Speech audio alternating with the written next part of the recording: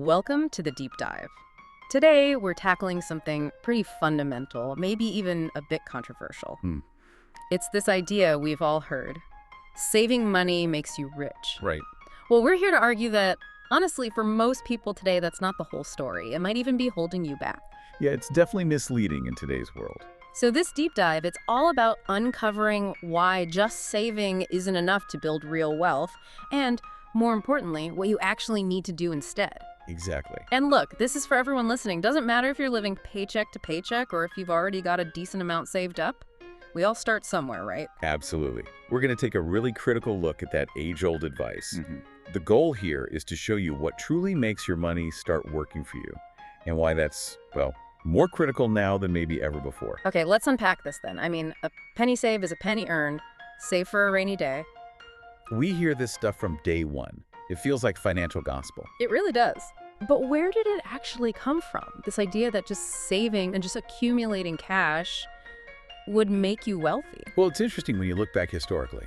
That mantra, save for a rainy day, it was genuinely solid advice for, say, our grandparents' generation. Okay. Think about it. Back then, maybe a house cost, what, $40,000? A college degree didn't saddle you with 80 grand in debt. Right. A totally different world. Exactly. So in that kind of economy, if you consistently saved a portion of your income, it could actually grow into something substantial. Plus, interest rates on savings accounts, often higher than inflation back then. Your money literally grew just sitting there.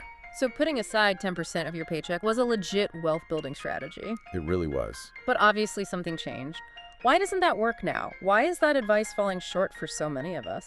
Well, the whole economic landscape has just fundamentally shifted. Today, the cost of everything, housing, healthcare, education, you name it, it's climbing way, way faster than the interest rates you get on a standard savings account. Yeah. I mean, let's put a number on it. In 2025, the average savings account in the U.S., you're lucky if it earns, what, less than 1% interest? Yeah, sounds about right. Pitifully low. Right. Meanwhile, inflation is consistently buzzing around, often over 3%, sometimes even higher depending on the year and what you're buying. Wow. So wait, let me get this straight. Even if I'm diligently adding money to my savings and the number on my statement is going up, the actual value, the buying power of that money is actually shrinking. That feels completely backward. It is backwards compared to what we were taught. Yeah. That's the core issue. The biggest misconception is thinking that a dollar saved today keeps its value for tomorrow. Yeah. But the reality is if your money isn't growing at least as fast as inflation, you're not just standing still, you're actively losing purchasing power. You're falling behind every single day. So keeping money in a regular savings account isn't just safe, it's actually losing value, like a hidden tax, you said. Exactly. It's preservation at best, Yeah. but often it's slow erosion. Okay, that's a big realization for a lot of people, I think. So if saving like that isn't the answer to getting ahead, what is? Where do we go from here? Okay, so here's the key thing to grasp about saving. Yeah. It's just step one. It's absolutely essential, don't get me wrong. Right, you need that baseline. You do. Think of it like laying the foundation for a house. Yeah. You absolutely need a solid foundation. It's critical. Yeah. But the foundation alone isn't a house. Yeah. It's useless if you never build anything on top of it. That's a great analogy. So saving gets you that foundation, that safety net. It helps you survive unexpected hits. Precisely. Survival stability. But to actually thrive, to build real lasting wealth, you have to go beyond just piling up bricks, beyond just saving. You need to build the house, you need to invest it, grow it, multiply it. Yes. It's about making that money work. Let's use an example. Say you work hard, you're disciplined, and you manage to save $10,000 in 1 year. That's fantastic. Seriously. Well done. Yeah, that's a big accomplishment. But if that 10 grand just sits in your regular savings account, earning, let's be generous, say 0.5% interest. Okay. After a whole year, you've earned $50. $50. Wow. Okay, that's not exactly life-changing. Right. It's preservation maybe, barely keeping up with fees sometimes. It's definitely not wealth building. You're essentially just treading water, financially speaking. Okay, so paint the alternative picture. What if you invest that same $10,000, let's say, into something relatively simple, like an S&P 500 index fund? Right, so you're basically buying a tiny slice of the 500 biggest companies in the U.S. Yeah. Diversified, historically, pretty solid long term. Historically, an investment like that has average returns somewhere in the ballpark of, say, 7% to 10% per year over the long run. Obviously, it varies year to year. Sure, ups and downs. But based on those historical averages, that same $10,000, instead of earning $50, could potentially generate $700 to $1,000 for you, passively. Without you doing anything extra after that initial investment. Exactly. Your money starts making money. That is how you start building wealth. That's how money begins to actually work for you instead of you just constantly working for it. That's a huge shift in thinking. For a lot of us listening, that might be a real aha moment, kind of reframing everything we thought about handling money, moving from just saving to survive to actually investing to grow. It's fundamental. So, okay, if that's the principle, let's look at the playbook. What are wealthy people, the ones who have successfully built significant wealth, actually doing with their money? It's clearly not just letting it sit in savings. Right, let's get practical. The wealthy, generally speaking, do not save their way to serious wealth. Not in the traditional sense. They invest. They leverage other resources. They scale their operations or investments. So their money is always moving, always active. Pretty much. Yeah. Money, for them, isn't something to just hoard under a mattress or in a low-yield account, except maybe for very short-term specific opportunities. It's a tool. A tool, okay. Yeah, a tool to be put to work. A dollar sitting idle isn't doing its job. It's out there in the world, actively generating more dollars, ideally. They understand that money needs to be deployed. So how are they deploying it? What are they actually buying or putting it into? Okay, the core difference is they focus on acquiring assets, not liabilities. Assets versus liabilities. Can you break that down? Sure. Assets are things that, over time, tend to put money into your pocket or increase in value.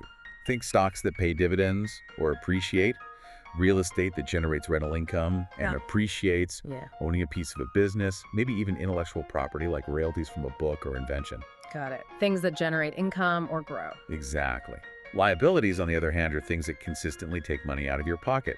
Think consumer debt, like high-interest credit cards, or maybe a fancy car that loses value the second you drive it off the lot and costs money for insurance, gas repairs, without generating income. Right. So the wealthy are focused on buying things that make them money. Yes. And often, they understand leverage too, strategically using borrowed money, like a mortgage for an investment property, to control a larger asset and potentially magnify their returns. It's calculated risk, not just saving.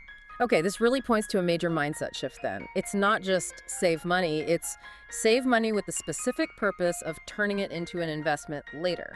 Bingo. You save to accumulate the capital needed to buy those assets.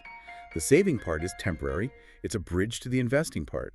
That's the real money mindset. It's not about being cheap. It's about being strategic with your capital. Precisely. Being a savvy allocator of capital, not just a saver. Okay, this is making a lot of sense. So for someone listening right now thinking, okay, I get it, saving isn't enough, I need to invest, what should they actually do? What's the new blueprint? All right, let's lay out some actionable steps. Think of this as your new money blueprint. 5 key things. Number 1, build your emergency fund. This is crucial. You still need that safety net. Aim for 3 to 6 months of essential living expenses. But here's the key difference. Put it in a high-yield savings account. High yield. Why specifically high yield? Because they offer much better interest rates than your typical brick-and-mortar bank account. Still not going to beat inflation usually, but it'll fight it a lot better than 0.1% while keeping your emergency cash safe and accessible. Makes sense. Okay, step 1, emergency fund in a HYSA. What's next? Step 2, pay off high-interest debt. Aggressively tackle any debt with an interest rate over, say, 7 or 8%. We're talking credit cards, maybe some personal loans. Why prioritize that? Because the interest you're paying on that debt is almost certainly higher than any safe investment return you could guarantee. Paying off 18% credit card debt is like getting an 18% risk-free return. It's mathematically powerful. Get rid of that drag first. Good point. Okay, emergency fund, high interest debt. Yeah. Step 3. Step 3, start investing early. And I mean start. Even if it's just $100 a month or $50, seriously, the amount isn't as important initially as the habit and the time. Why is time so critical? Compounding. It's the magic ingredient. It's where your investment earnings start generating their own earnings. The longer your money has to compound, the more powerful it becomes. Wow. Starting early, even small, is huge over decades. Okay, invest early. Harness compounding. Step 4. Step 4, Invest in your financial education. This is non-negotiable. Read books on investing and personal finance. Follow smart, reputable financial creators and thinkers, people who explain the why, not just sell you stuff. Focus on understanding concepts and growing your mindset. Knowledge is your best asset. Absolutely. You have to understand what you're doing. Okay, and the last step, step 5. Step 5, don't let fear paralyze you. So many people know they should invest, but they're afraid of losing money, afraid of the stock market volatility, afraid of making a mistake. Yeah, that fear is real. It is, but here's the thing.